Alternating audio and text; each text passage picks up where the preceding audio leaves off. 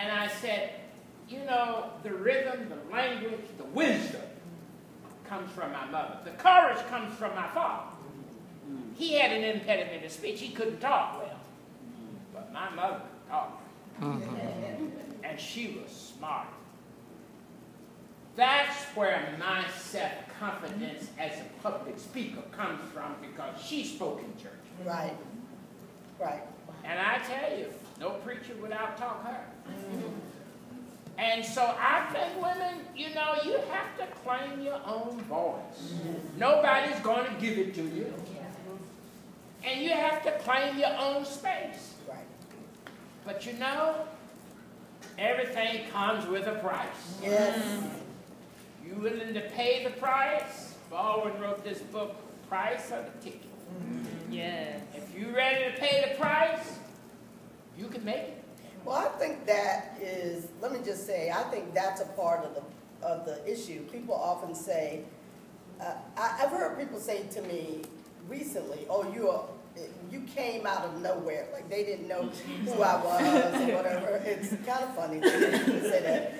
But the price you pay, let me say about my price, has been a kind of obscurity based in there's some things I'm not going to do. So I often will say, oh, you want a piece of a poison pie. I want to make a whole new pie. Like I don't want to just be in the old boys club. I want a whole new church. I want a world where, so the colon behind Sophie's table is conversations with our brothers, right?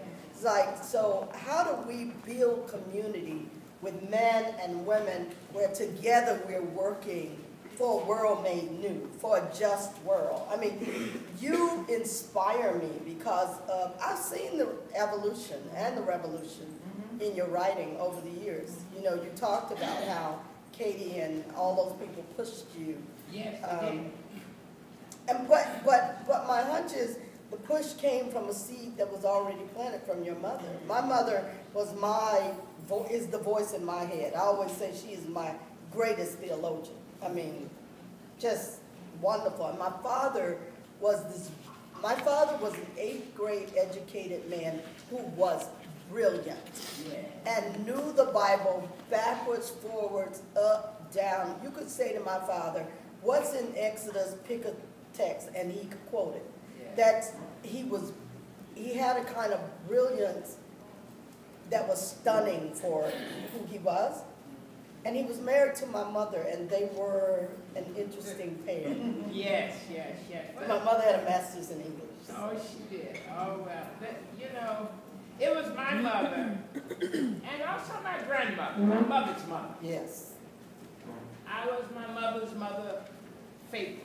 I can believe that. And I was a little boy running around. She would not let anybody bother with me. Does that mean you got no spankings? I never got a spanking. You know, and they spank children. I know, that's what I'm saying. My brother got spankings. Yes, that's right. But I could not even stand to be out of favor with my parents. Right. If I saw that I disappointed them in some way, oh, it would hurt me so deeply. So they didn't have to spank me. All they had to do is look at me. And so I was always first in my class most of the time because I knew it would please my parents. Right. And that's how I got this discipline to read and study and try to be the best.